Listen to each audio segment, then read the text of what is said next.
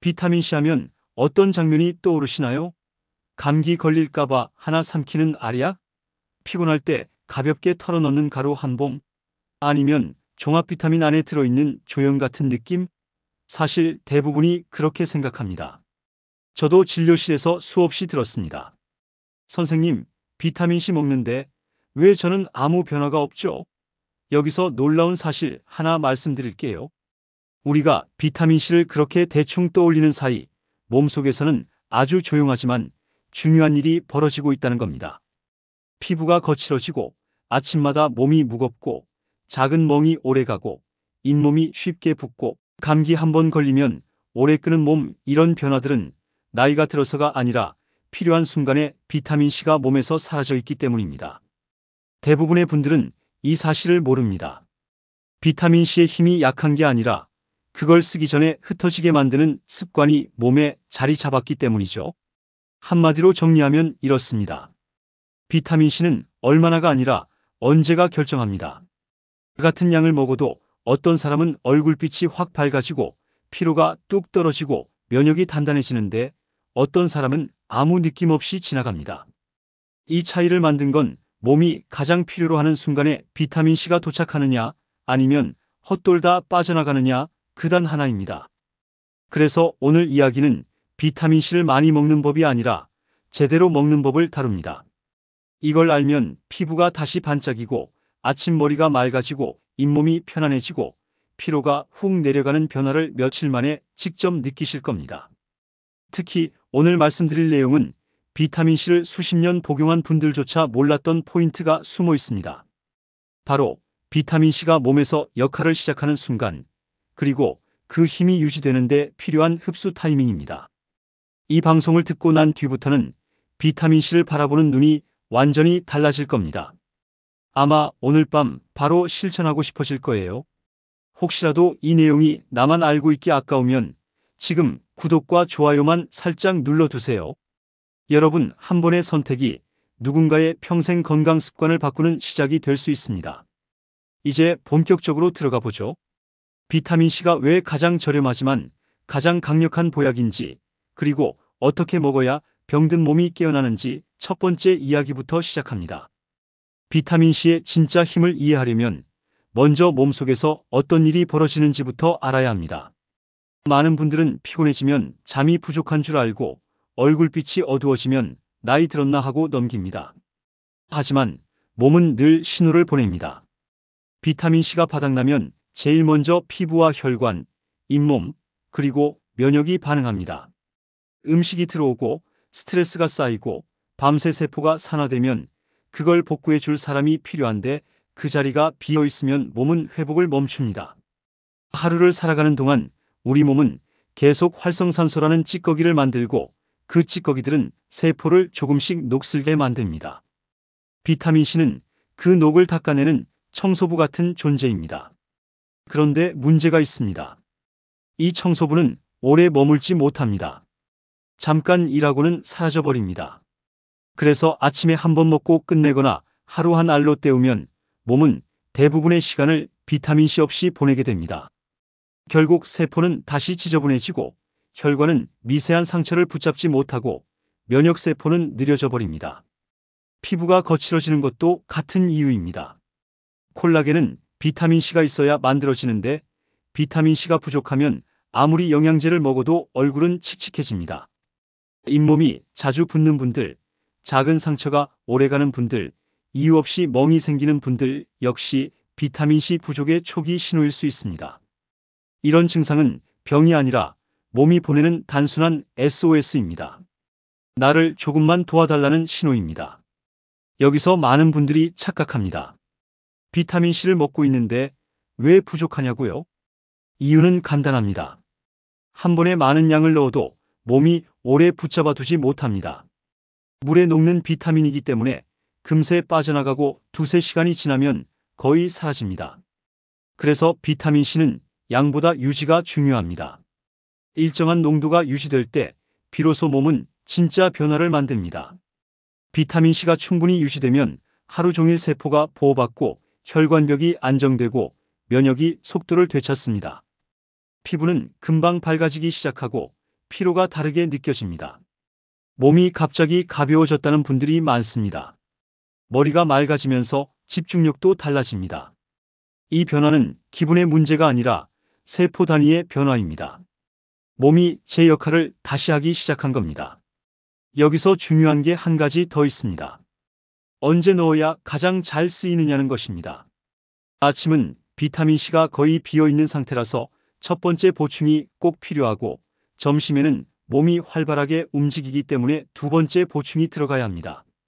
그리고 저녁에는 회복 모드가 시작되기 때문에 가장 오래 머무는 형태가 필요합니다. 이 리듬을 모르고 먹으면 절반 이상은 헛수고가 됩니다. 지금까지 들어보시면 아마 느껴지는 게 있을 겁니다. 비타민C의 힘은 단순한 영양제 수준이 아니라는 것. 제대로만 들어가면 혈관이 부드러워지고 피부가 회복되고 피로가 줄어들며 면역이 살아나는 변화가 일어납니다. 이 변화가 가볍게 지나가는 소리가 아니라 몸이 다시 깨어나는 준비 단계입니다. 이제 다음 장에서는 비타민C가 실제로 몸 안에서 어떤 방식으로 작동하는지, 그리고 부족할 때 나타나는 구체적인 신호들을 조목조목 풀어보겠습니다.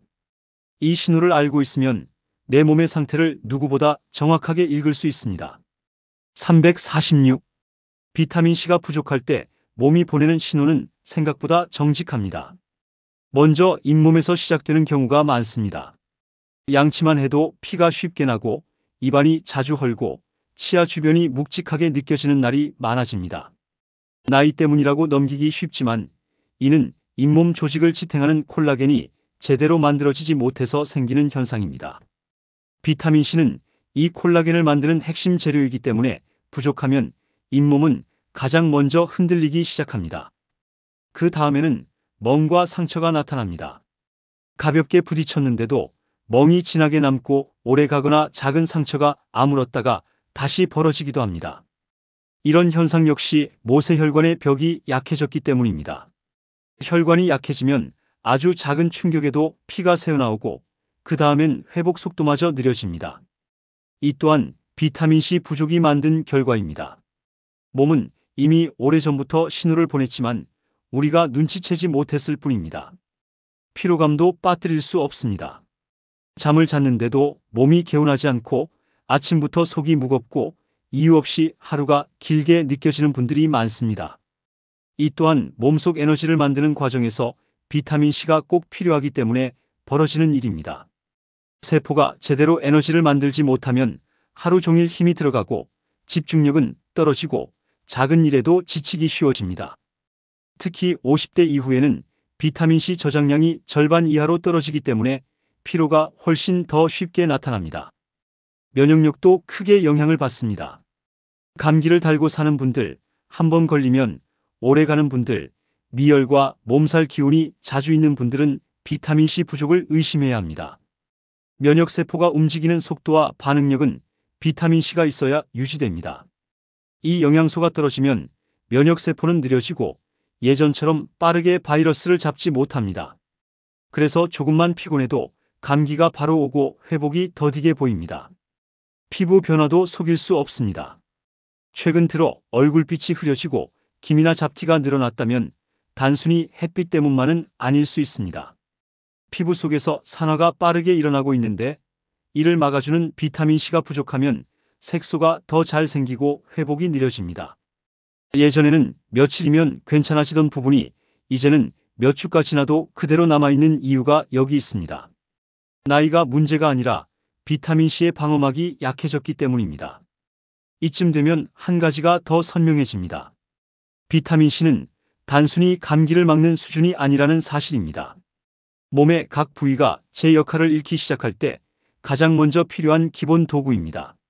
그런데 많은 분들은 이 중요한 영양소를 먹고 있으면서도 몸이 변하지 않는 이유를 몰라 답답해합니다. 그 이유는 한 번에 많이 먹거나 하루를 통째로 비워둔 채 비타민C 없이 보내거나 커피와 함께 복용해 혈중 농도를 제대로 확보하지 못하기 때문입니다. 몸은 정확한 타이밍을 요구합니다. 회복해야 할 시간, 에너지가 필요한 시간, 산화가 쌓이는 시간. 이 세 가지 순간에 비타민C가 있어야만 눈에 보이는 변화가 시작됩니다. 그래서 비타민C는 다른 영양제처럼 하루 한 번으로 끝나는 구조가 아닙니다. 일정하게 그리고 적절한 방식으로 나누어 들어가야 몸은 그 힘을 제대로 끌어올립니다. 이제 다음 장에서는 많은 분들이 헷갈려하는 부분을 짚어보겠습니다. 몸이 비타민C를 가장 필요로 하는 정확한 시간과 그때 어떤 방식으로 먹어야 손실 없이 흡수되는지, 이 타이밍을 알면 비타민C의 힘은 완전히 다르게 나타납니다. 비타민C의 힘을 제대로 끌어올리려면 가장 중요한 것이 타이밍입니다. 많은 분들이 하루에 한 번만 먹어도 충분하다고 생각하지만 몸의 구조는 그렇게 단순하지 않습니다. 비타민C는 물에 녹는 성질을 가진 영양소라 몸속에 오래 머물지 못합니다. 두세 시간이 지나면 혈중 농도가 빠르게 떨어지고 그 이후에는 몸이 스스로 버티는 시간이 됩니다. 그래서 하루 중 대부분의 시간에 비타민C 없이 몸이 활동하게 되는 겁니다. 먼저 아침입니다. 밤새 세포는 계속 산화되고 면역세포는 활동하며 비타민C를 상당량 사용합니다. 그래서 아침은 비타민C가 가장 필요한 시간입니다. 눈을 뜨고 첫 식사를 마친 뒤 비타민C를 바로 넣어주는 것이 가장 이상적인 출발입니다. 이때 공복에 먹는 경우가 많은데 위가 약한 분들은 속쓰림을 느낄 수 있습니다. 식후에 미지근한 물과 함께 천천히 삼키는 것이 가장 안정적입니다. 점심시간은 몸의 활동이 가장 활발한 구간입니다. 음식이 소화되고 에너지가 필요해지는 시간이라 비타민C가 빠르게 쓰입니다. 그래서 이때 한 번 더 보충해 주는 것이 하루 전체의 균형을 잡아줍니다. 한 번만 먹는 분들보다 분할로 먹는 분들이 훨씬 오래 피로가 덜하고 집중력이 유지되는 이유가 바로 여기에 있습니다. 비타민C 농도가 일정하게 유지될 때 세포는 계속 보호와 회복을 반복할 수 있습니다. 저녁은 또 다른 의미를 가집니다. 몸은 이 시기에 회복 모드로 들어가고 손상된 세포들을 수리하기 시작합니다. 이때 비타민C가 없으면 회복 속도가 절반 이하로 떨어지고 피부와 혈관 재생이 더딜 수밖에 없습니다. 특히 저녁에는 오래 머무는 형태를 선택하면 좋습니다. 흡수가 천천히 이루어지는 타입은 밤새 세포 회복을 도우며 아침의 컨디션을 바꿔줍니다. 아침이 가벼워지는 이유가 바로 이런 회복 과정 때문입니다. 여기서 하나 더 중요한 부분이 있습니다. 비타민C는 무엇과 함께 먹느냐에 따라 흡수력이 크게 달라집니다. 철분제와 함께 먹으면 흡수가 2배 가까이 올라갑니다. 반대로 커피, 녹차, 홍차 같은 카페인 음료는 비타민C의 배출 속도를 빠르게 만들어 효과를 크게 떨어뜨립니다. 비타민C를 먹고 바로 커피를 마시는 습관이 있다면 그것만 고쳐도 체감 효과가 달라집니다. 최소 1시간은 띄워주는 것이 좋습니다. 또 하나의 흔한 실수가 가공식품과 탄산음료입니다. 이런 음식들은 몸속 산화를 빠르게 일으키기 때문에 비타민C가 들어오자마자 산화 스트레스를 잡느라 바로 소모되어 효과가 오래가지 않습니다. 비타민C를 오래 잡아둘 수 있는 과일과 함께 먹는 것이 훨씬 좋습니다. 귤, 딸기, 키위, 파프리카 같은 과일과 채소는 천천히 흡수되며 비타민C를 오래 잡아주는 역할을 합니다. 칼슘 보충제를 함께 먹는 것도 조심해야 합니다. 비타민C가 분해되면서 생기는 물질이 칼슘과 결합하면 결석 위험이 생길 수 있기 때문입니다. 따라서 칼슘을 복용 중이라면 2시간 정도 간격을 두는 것이 안전합니다. 이런 작은 간격 하나가 신장과 혈관 건강을 지키는 데에 큰 역할을 합니다. 이쯤 되면 이해가 더 분명해집니다.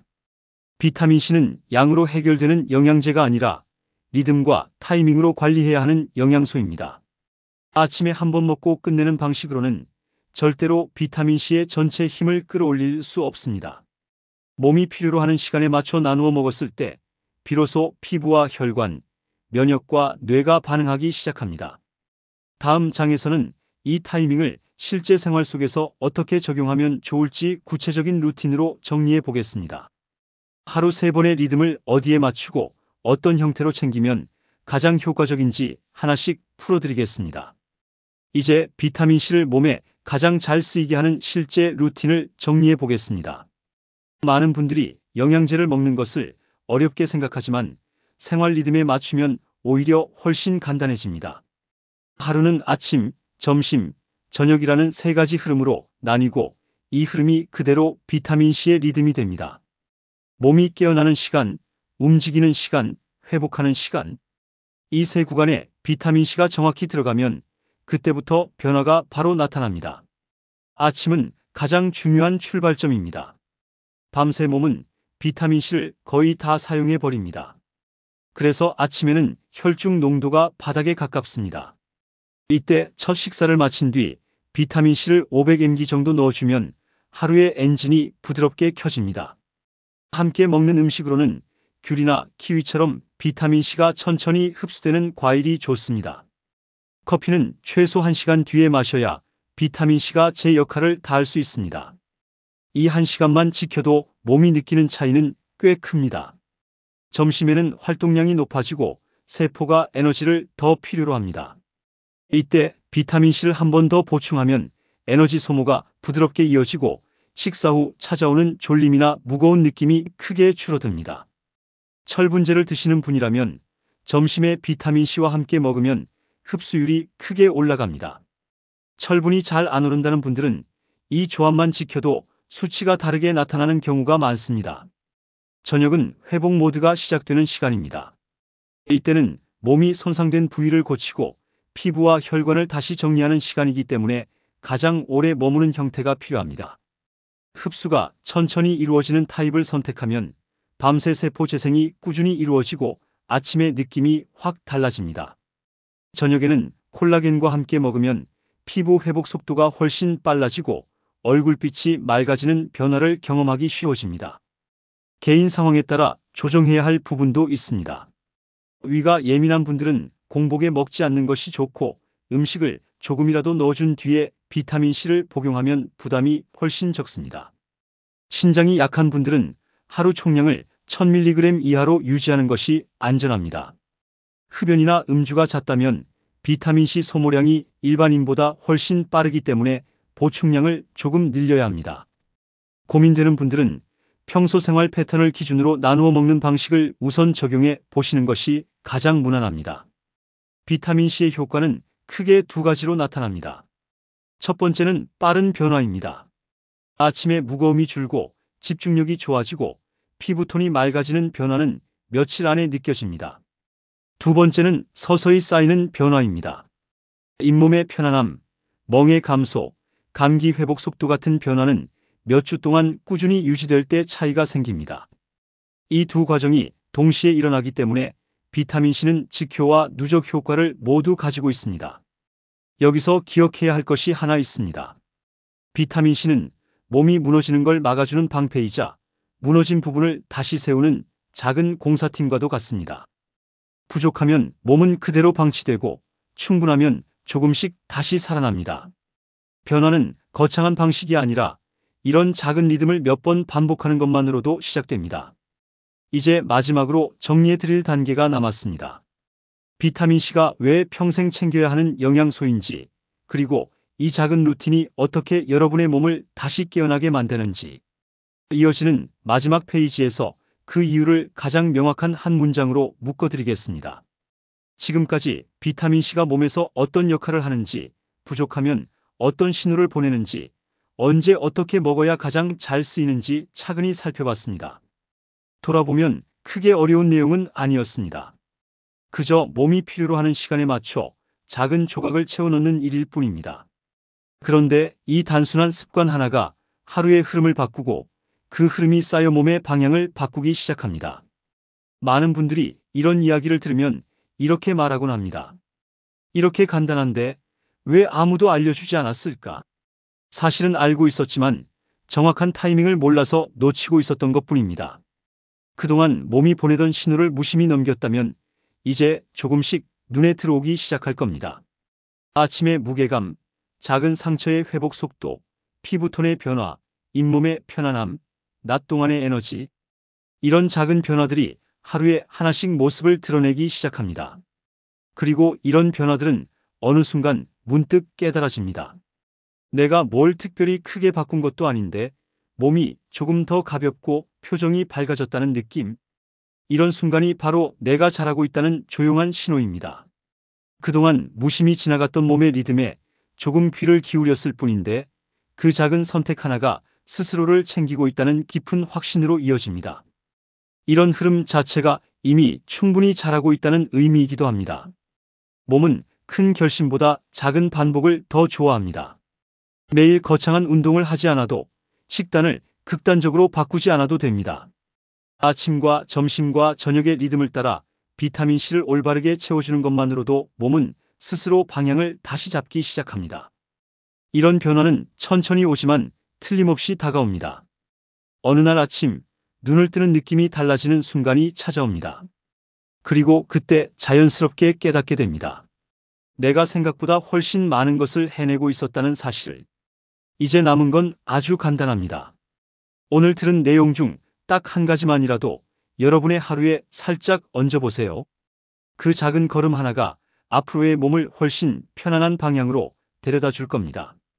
여러분의 일상 속에 자연스럽게 스며드는 변화이길 바랍니다. 부담 없이, 조용히, 그러나 분명하게. 그리고 혹시 오늘 들은 이야기 중 누군가에게 꼭 전하고 싶었던 부분이 있었다면 잠시 마음속에 담아두지 말고 건네보셔도 좋습니다. 어떤 사람에게는 이런 사소한 정보 하나가 오래 불편했던 하루를 바꾸는 첫 단추가 될 수 있으니까요. 건강 정보는 나누는 순간부터 더 큰 힘을 갖습니다. 오늘 이 시간을 함께 해주셔서 고맙습니다. 여러분의 내일 아침이 오늘보다 조금 더 가벼웠으면 좋겠습니다. 그리고 이 이야기들이 도움이 되었다면 앞으로 더 좋은 정보가 이어질 수 있도록 구독과 좋아요로 함께 해주세요. 여러분의 작은 클릭이 다음 변화를 시작하게 합니다.